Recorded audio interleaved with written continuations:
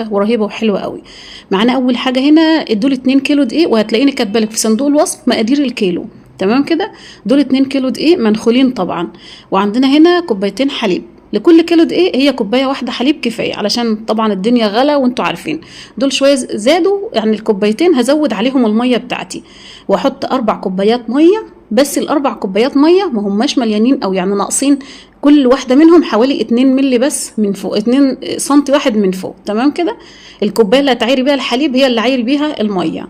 تمام، بقى كده معانا 4 كوبايات ميه، كوبايتين حليب، ومعانا كمان نص معلقه ملح و4 معالق سكر. لكل كيلو دقيق ربع معلقه ملح، ولكل كيلو دقيق معلقتين سكر. تمام كده، معانا هنا كمان دي معلقه كركم. ده الكركم ده اختياري، بس بيدينا لون القرصه، بيكون شكلها اصفر كده وجميل من جوه، وفي الوقت نفسه هو رافع للمناعه. وده اختياري، لو مش عايزه تحطيه خلاص وبلاش خالص. هننخلها طبعا علشان نتاكد ان الدنيا تمام ما فيهاش اي حاجه خالص غريبه. وعندنا هنا كمان الخميره بتاعتنا. لو انت بتستخدمي خميره بيره زي اللي انا بستخدمها العاديه دي، هتستخدمي مكعب بنفس المقدار ده كده لل2 كيلو. للكيلو الواحد 10 جرام لو انت هتستخدمي كيلو واحد. وعندي هنا كوبايتين سمنه بنفس كوبايه الميه واللبن اللي احنا زودنا بيهم، اللي احنا عايرنا بيهم. خليت بس حبه سايحه من على الوش كده علشان هحتاجها لاخر العجينه في الاخر. ولو انت كده مفيش مشاكل، بمعلقتين زيت عدلي بهم العجينه الاخر زي ما هوريكي. وعندنا معلقه خل. وهقلب كل الحاجه بتاعتي دي كده، وبحب احط كل حاجه في الاول علشان كل حاجه تبقى مندمجه مع بعضيها، وفي الوقت نفسه انزل بالدقيق يبقى حاجتي كده تمام، وما نسيتش اي حاجه خالص من المقادير بتاعتي. تمام كده، يبقى كده حطينا كوبايتين حليب، 4 ميه، معلقه نص معلقه ملح، معلقه خل، معلقه كركم، 4 معالق سكر. تمام كده، هننزل بقى بالدقيق بتاعنا بس بعد ما ندوب الخميره بتاعتنا حلوه قوي، علشان ما تكونش حته فيها خميره وحته لا. لو انت بتستخدمي الخميره الفوريه استخدمي كيس لل2 كيلو في الصيف، في الشتاء بتستخدمي كيسين لل2 كيلو. لو هتعجني كيلو واحد في الصيف هتستخدمي نص كيس، هتعجني 2 كيلو في الشتاء هتستخدمي كيسين. تمام، في الصيف استخدمي لل2 كيلو كيس واحد بس. وهبدا اعجن العجينه بتاعتي بعد ما نزلت بالدقيق وسميت الله كده علشان حاجتي تكون فيها بركه وتكون حلوه. العجينه بتاعتي في الوقت ده بقى انا مش عايزاها لا ناعمه قوي، يعني لا هي سايحه معايا قوي او هي متماسكه معايا قوي، لا عايزاها متوسط، علشان لو هو جو صيف بيحتاج العجينه متماسكه معاكي شويه علشان ما تسحش منك وتغلبك وانت بتفردي. لو الجو شتاء برضو هتخلي العجينه طريه سنه علشان بتمسك معانا من جو الشتاء والسقعه اللي حوالين العجينه بتاعتنا. تمام، الميه بتاعتنا والحليب في الشتاء بيكونوا دافيين، الميه بتاعتنا والحليب في الصيف بيكونوا باردين من حنفيه عادي، والحليب بدرجه حراره المطبخ عادي. وهعجن العجينه بتاعتي حلوه قوي. اهم حاجه في الوقت ده العجينه بتاعتي تبقى مظبوطه كده. انا كنت مخليه حبه دقيق، قلت لحسن العجينه بتاعتي تيجي ناشفه قوي. العجينه بتاعتنا بتاعت الفينو او القرص اللي احنا بنعجنها النهارده دي لو جات ناشفه شويه بتخلي القرص بتاعتي ناشفه، ما هياش طريه زي ما شفتوا كده في اول الفيديو. جبت لكم الحته دي عشان اوريكم ان النتيجه ما شاء الله اللهم بارك ممتازه ورهيبه، وحاجه بجد حلوه قوي وطعمها زي العسل. اعمليها بقى لاولادنا في المدارس، للجامعات، ليك انت للبيت العادي، افطروا بيها، تعشوا بيها، حلوه قوي. هنا عندي بقى معلقتين سمنه، هبدا ان انا الم بهم بس العجينه بعد ما عجنتها. في الوقت ده انا عجنت العجينه بتاعتي، هي لا هي متماسكه قوي ولا هي طريه قوي، هي معقوله متوسطه. وهبدا المها بالمعلقتين السمنه دول علشان خاطر اخلع ايدي منها واخلع العجينه بتاعتي من الطبق واديها كمان نسبه نعومه. فقبل كده كنا بنحط معلقتين زيت، المتوفر عندك استخدمي، ما عندك الزيت عادي معلقتين سمنه الاخر كده من المجين برضو السمنه بتوعك، وألمي بهم العجينه زي ما انت شايفه كده. ما شاء الله العجينه ممتازه وطلع حلو قوي. هلم بقى العجينه بتاعتي حلوه قوي وادلكها بايدي حلو، وهلمها واركنها من نص ساعه لساعه حسب الجو عندك. لو شتاء هتاخد ساعه، لو صيف هي هتاخد نص ساعه بس وهتخمر. تمام، بعد ما هلمها كده هسيبها واجيب العجوه بتاعتي اعدل فيها براحتي، علشان خاطر عبال ما اعدل العجوه بتاعتي اجهز الصواني، اشيل الحاجه اللي انا عاجنه فيها والحاجات دي كلها كده اركنها، وابدا من جديد بحاجه جديده اللي هي الصواني بتاعتي والعجوه والحاجات دي زي ما انت شايفه كده. العجوه بتاعتنا فصصناها وحطينا عليها معلقه سمنه ومعلقه سمسم حسب احتياجك. انت عايزه تحطي سمنه بس ما تحطي سمسم اللي يريحك، بس السمسم بيخلي لها طعم جميل في قلب القرصه. بدات مسحت الصينيه بتاعتي بحبه زيت، وهبدا اقطع العجينه بتاعتي، مش هطلع الخمر منها خالص. لو طلعت الخمر منها بيزيدها خمر زياده وبيخلي القرصه بتاعتك ناشفه. لو خليتيها بالخمر بتاعها وقطعتي بس وحطيتيها بتخلي الخمر بتاعها جميل، والقرصه بتاعتك بتكون هايشه وجميله زي ما شفتي كده، وبتكون مورقه من جوه ما هياش مسفوعه.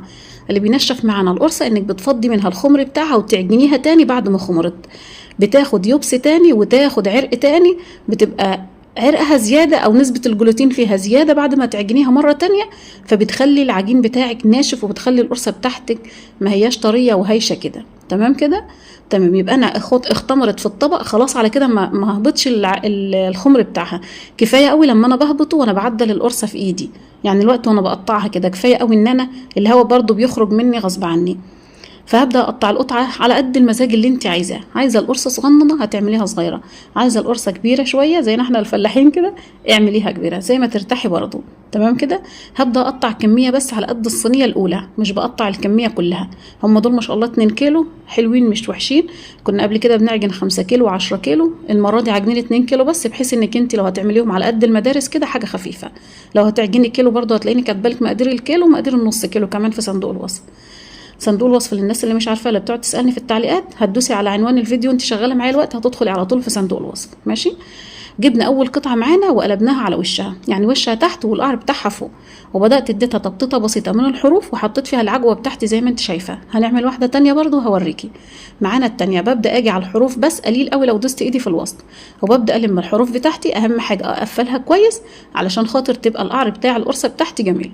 تمام كده. تمام. هبدا اركنها برضو بنفس الشكل بس هحط على الوش اللي انا قفلتها منه واحده تانية كمان برضو. وشوف العجوه بتاعتنا بنعملها ازاي، ونقطعها كوره صغنونه كده ونبططها في ايدينا ونفردها، هي بتكون جميله. وبقى خلاص على كده بنكمل بقيه الكميه بتاعتنا كده. وتعالي بقى اوريكي هنعمل الاشكال بتاعتنا هتكون ازاي. نفس الشكل عملنا برضو العجوه معاكي اهي، ولميت عليها القرصه بتاعتي من الظهر وحطيتها على الوش. بخلص الكميه بتاعتي وببدا باول واحده نفس الشكل برضو اللي انا قطعتهم، ببدأ من اول واحدة انا قطعتها. تمام كده، علشان بتكون اخدت الخمر بتاعها وارتاحت، وببدأ ابدأ فيها على طول بتكون سهلة كده. عملنا الكمية كلها بنفس الشكل. وتعالي بقى نجيب الصينية بتاعتنا اللي هي مش مدهونة حاجة خالص، لان السمنة بتاعتنا متوفرة زيادة في القرص عندنا. تمام. بديها تبطيطة بنفس الشكل كده. وتعالي بقى نعمل اول شكل هيكون شكله جميل وهيعجب الاولاد وهيبقى حلو قوي. هنعملها بطريقتين. اول طريقه اللي انت شايفاها دي هعملها وافردها واحطها في كده. لو انت عايزه تخليها قرص بالعجوه بس زي ما انت شايفه كده خليها زي ما هي. عايزه تعمليها الشكل اللي احنا هنعمله هتعملي بنفس الشكل ده.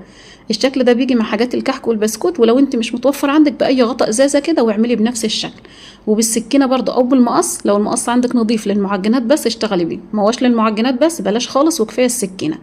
السكينه مش هتعرفي تشتغلي بيها بمعلقه مكان ما بناكل كده بيها، وهتفضلي تاخدي كام شكل كام شكل، اسهل ليكي عن السكينه كمان. تمام كده. وهتعملي بنفس الشكل كده كام شكل فيها، بتدينا شكل جميل قوي في القرصه.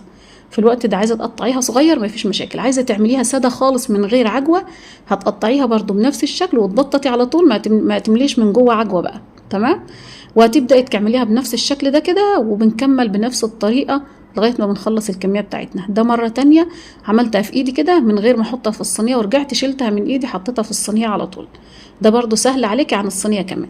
اهو بنفس الشكل عملتها كده بايدي، وبايدي التانية لقيتها وحطيتها برضو. العجينه حلوه معانا ومرتاحه وجميله، وفي الوقت نفسه مش واخده خمر زياده. في كل معجناتك ما تقطعيش الكميه كلها بتاعتك كده. خلصنا اول صينيه وهنركنها ونبدا في الشكل التاني بتاعنا. ده كان الشكل بتاعنا التاني اللي هم برضو فايضين من اول الصينيه الاولى. هبدا اديهم بنفس التبطيطه كده واحطهم. عايزه تخليهم بنفس الشكل خليهم، عايزه تديهم الرسمه اللي احنا عملناها في النص دي زي الافران كده اعمليها. دي قرص الافران اللي هي بالعجوه بتكون جميله، بس شهاده لله دي احلى من الافران بكتير. كل نعمه ربنا حلوه الحمد لله، بس الحاجه اللي انت عاملاها في بيتك بتكون اجمل. السمنه اللي احنا استخدمناها سمنه بلدي جميله حلوه زي العسل. عايزه برضو تحطي انت سمنه على زيت مفيش مشاكل، متوفر عندك استخدميه، طالما انت عامله الحاجه محبه هتبقى حلوه. ده شكل تاني بقى اللي هو شكل هنعمل بقى شكل الكروسوه معانا او الباتيه. تمام كده. اهو بنفس الشكل. عايزه تبططيها زي كده بالظبط وتبداي تعمليها مفيش مشاكل. عايزه تفرديها بايدك تدوريها كده وتبداي تبطط حته رفيعه وحته سمينه شويه، وهتبداي تلمي من عند الحته السمينه، وهتديكي بنفس الشكل. وعلى حسب القطعه بتاعتك هتديكي الحجم بتاعها. يعني لو انت قطعه القطعه كبيره هتديكي ما شاء الله اللهم بارك واحده باتيها كبيره. هتعمل القطعه صغنونه هتديكي واحده باتيها مقنره وصغيره. عايزه تحشيها جبنه او عجوه او اي حاجه في الوقت ده او شوكولاته هتحطي في الاول خالص من الحته اللي انا هوريها لك دلوقتي اهي، ما شاء الله جميله حلوه زي العسل. ده واحده تانية هنعملها بنفس كده برضو، بس مش هنبطط ومش هنفرد، يعني مش هنكور بايدنا وندور زي ما عملنا. هنديها بس كده شكل المستطيل، ونبدا نديها بزاويه او بورب كده شويه بالسكينه، ودي هتكون اتنين ما هتكونش واحده. عايزه اوريك انك انت لو عايزه تعملي الكبيره هتعمليها كده، وعايزه تعمليها صغيره شويه تعمليها بنفس الشكل. تمام. من بدايه ما بدات الف هتحطي حته العجوه بتاعتك او الشوكولاته او الجبنه من عند كده هناك من كده بالظبط، ماشي، وتبدا تقفلي عليها كويس علشان ما تسحش منك الشوكولاته وتشر منك في الصينيه ويبقى شكلها مش حلو. بنفس الشكل، بس انا ما حبيتش خالص احطهم، انا حباهم ساده كده.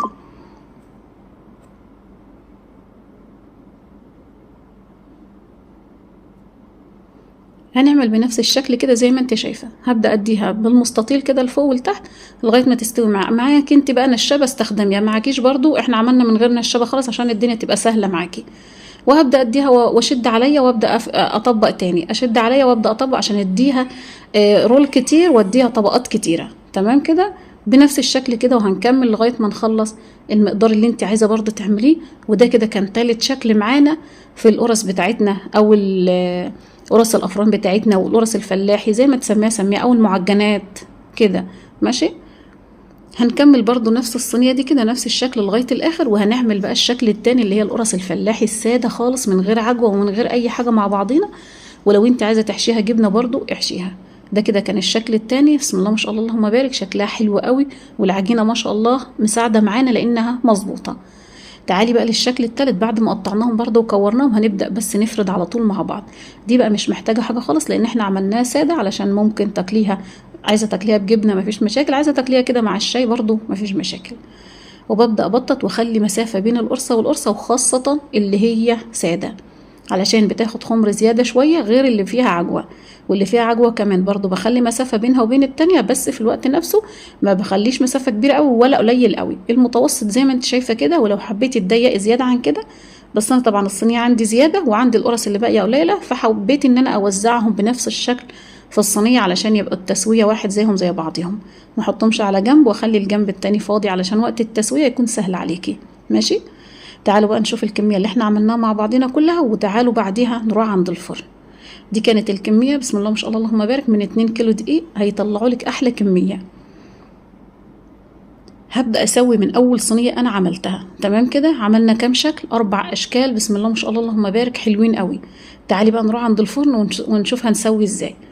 هنا عند الفرن انا كده في الوقت ده مولع الفرن وسايباها على نار عاليه، وجبت معلقه سكر ومعلقتين حليب زي ما انت شايفه، وبدات دهنت القرص بتاعتي. عايزه تدهنيها سمنه من على الوش مفيش مشاكل، عايزه تدهنيها زيت مفيش مشاكل، عايزه تدهنيها بيضه ومعلقه فانيليا مفيش مشاكل. تمام كده. وحبه حليب وسكر اي حاجه كام شكل. عايزه ما تدهنيهاش خالص برضو بتكون جميله، السمنه اللي جواها هي بتخليها شكلها جميل.